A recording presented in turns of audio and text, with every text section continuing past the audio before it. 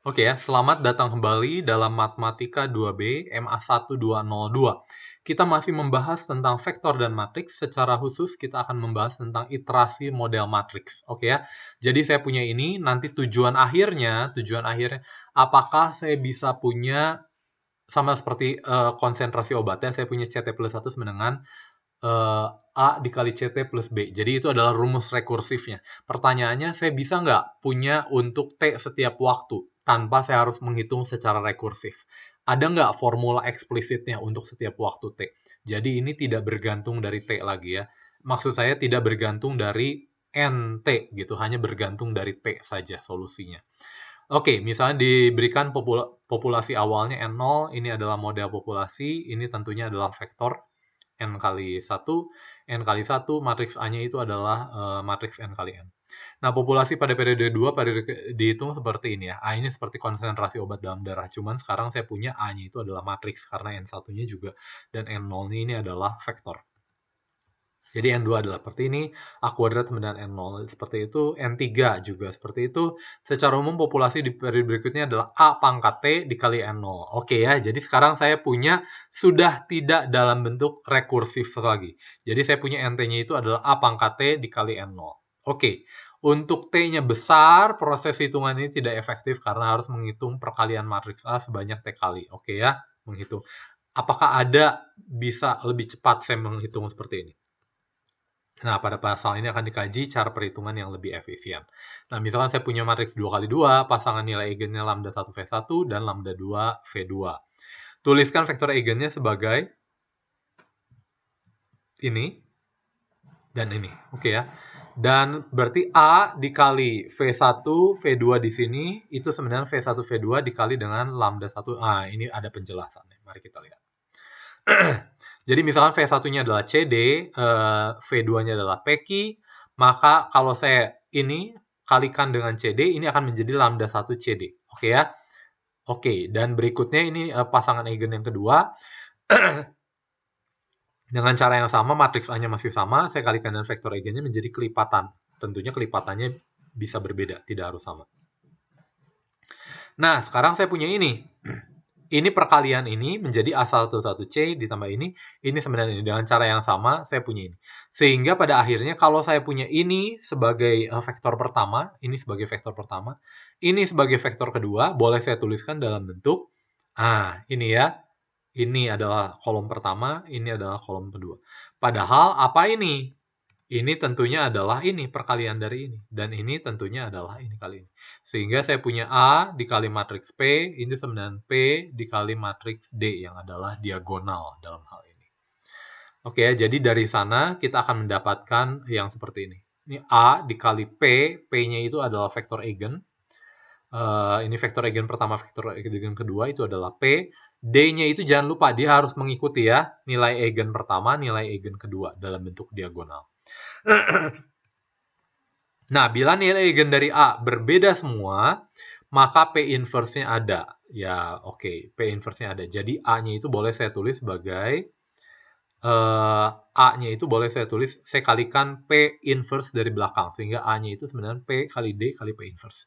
Jadi A sebenarnya P D P inverse. Kembali pada model populasi NT dengan NT, maka N1 itu adalah ini. Kalau N2 adalah apa? A dikali NT. N1. A dikali N1. N1 itu A dikali N0. Jadi saya punya ini. Dan P inverse identitas. Jadi saya punya P, D pangkat 2, P inverse. Ya, seperti ini. Dan cara yang sama nanti N.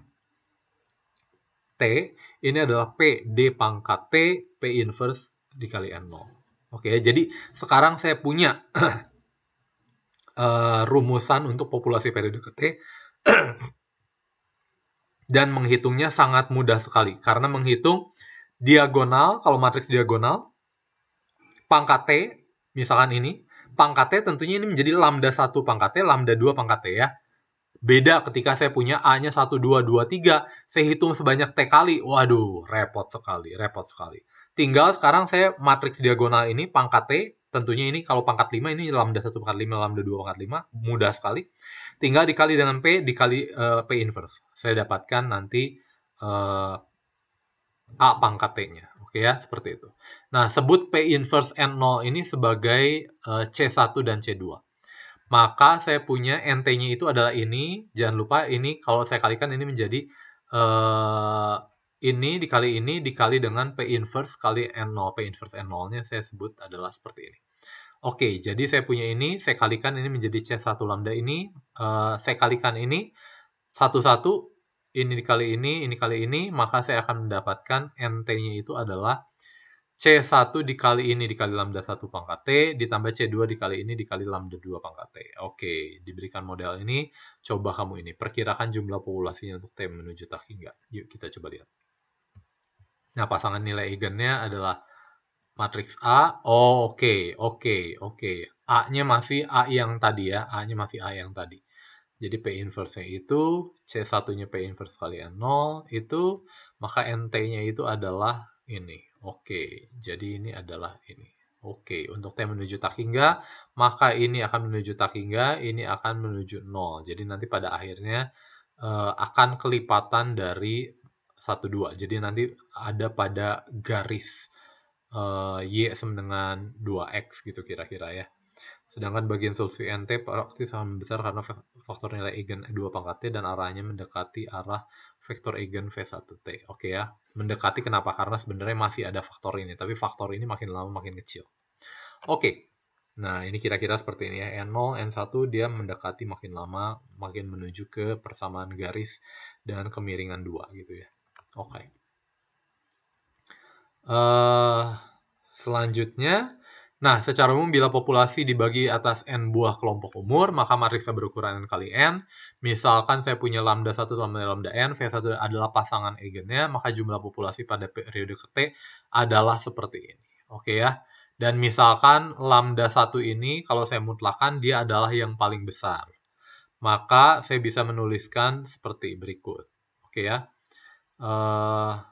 Oke, jadi lalu kemudian ini saya bagikan dengan lambda 1 pangkat T, ini menjadi hilang. Jangan lupa ini menjadi sesuatu yang kurang dari 1.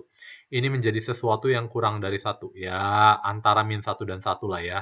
Antara min 1 dan 1. Dan kalau saya punya bilangan antara min 1 sampai 1 dipangkatkan T, ini nanti akan hilang. Akibatnya untuk T menuju tak hingga, maka hasil bagi ini per ini itu akan menuju ini. Oke ya. Vektor populasi NT ini akan sebanding dengan vektor eigen V1. Jadi nanti sesuai dengan vektor eigen dengan nilai eigen terbesar. Maaf, mutlaknya terbesar. Nah, populasi berikutnya NT plus 1 sama dengan lambda 1 dikali NT. Jelaskan mengapa demikian. Coba dipikirkan, nanti kita bahas di kelas. Ini ada sedikit lagi mengenai teorema Perron-Frobenius. Mari kita masuk sedikit. Matriks A ukuran N kali N. Dengan AIJ-nya itu lebih besar sama dengan 0 disebut primitif jika terdapat bilangan bulat positif K, sehingga semua elemen dari A pangkat K positif. Oke ya, A-nya ukuran apa saja. Elemennya itu, unsur-unsur di dalam matriks A itu boleh. Oh, ini IJ-nya harus positif ya. IJ-nya harus tak negatif, disebut primitif jika terdapat bilangan bulat K sehingga semua elemen A pangkat K-nya positif. Oke. Jadi disebut primitif itu kalau setiap unsurnya, setiap elemennya itu harus tak negatif, tapi kalau saya kalikan nanti berkali-kali, suatu saat dia menjadi semuanya positif, tidak ada nol. Kira-kira seperti itu. Oke ya, disebut primitif. Misalnya matriks A ukuran N kali N merupakan matriks primitif, artinya ketika saya kalikan N kali, maka semua unsurnya itu adalah positif, tidak ada yang nol, maka semua kesimpulan ini berlaku. Terdapat nilai eigen lambda 1, jadi lambda 1-nya pasti positif, berdasarkan Perron-Frobenius ini. Kalau dia adalah, matriks A ini adalah primitif. Maka yang paling besar, ini buat apa pakai mutlak ya kalau udah ada bilangan real positif. Jadi lambda 1-nya akan lebih besar dari mutlak lambda 2. Jadi lambda 1-nya bukan saja bilangan real positif, tapi juga dia adalah nilai eigen yang terbesar. Oke ya, komponen dari modulusnya yang paling besar. Modulusnya jadi lambda 1 lebih besar dari modulus lambda i ya. Ini yang di sini tidak perlu panjang, tidak perlu mutlak, tapi di sini perlu mutlak. Oke, komponen dari vektor eigen V1 semuanya positif. Wow, komponen vektor eigennya semua positif. Oke, jadi coba perhatikan ini 2112. Oke, ini disebut primitif, kenapa? Karena K-nya 1, A pangkat 1 dia udah semuanya positif, jadi dia adalah primitif. Karena dia primitif, maka nilai eigen yang paling besarnya harus positif. Ternyata nilai eigennya 3 dan 1. Oke, jadi yang paling besarnya adalah 3 dan terkait dengan vektor eigen yang positif. Yes! Oke ya. Dan 3 ini bukan saja bilangan positif, tapi juga yang terbesar dari nilai eigen yang lain. Mutlak dari nilai eigen yang lain. Dan saya punya ini, oke ya. Untuk T menuju hingga, maka NT bertambah dengan faktor lambda 193. Dan arahnya makin mendekati arah vektor eigen V1. Lihat gambar. Oke ya. Jadi saya punya ini nanti makin lama makin menuju ke sini. Oke. Pada kesempatan berikutnya, kita akan membahas ke bab baru, yaitu mengenai fungsi banyak peubah. Fungsi N peubah. Terima kasih.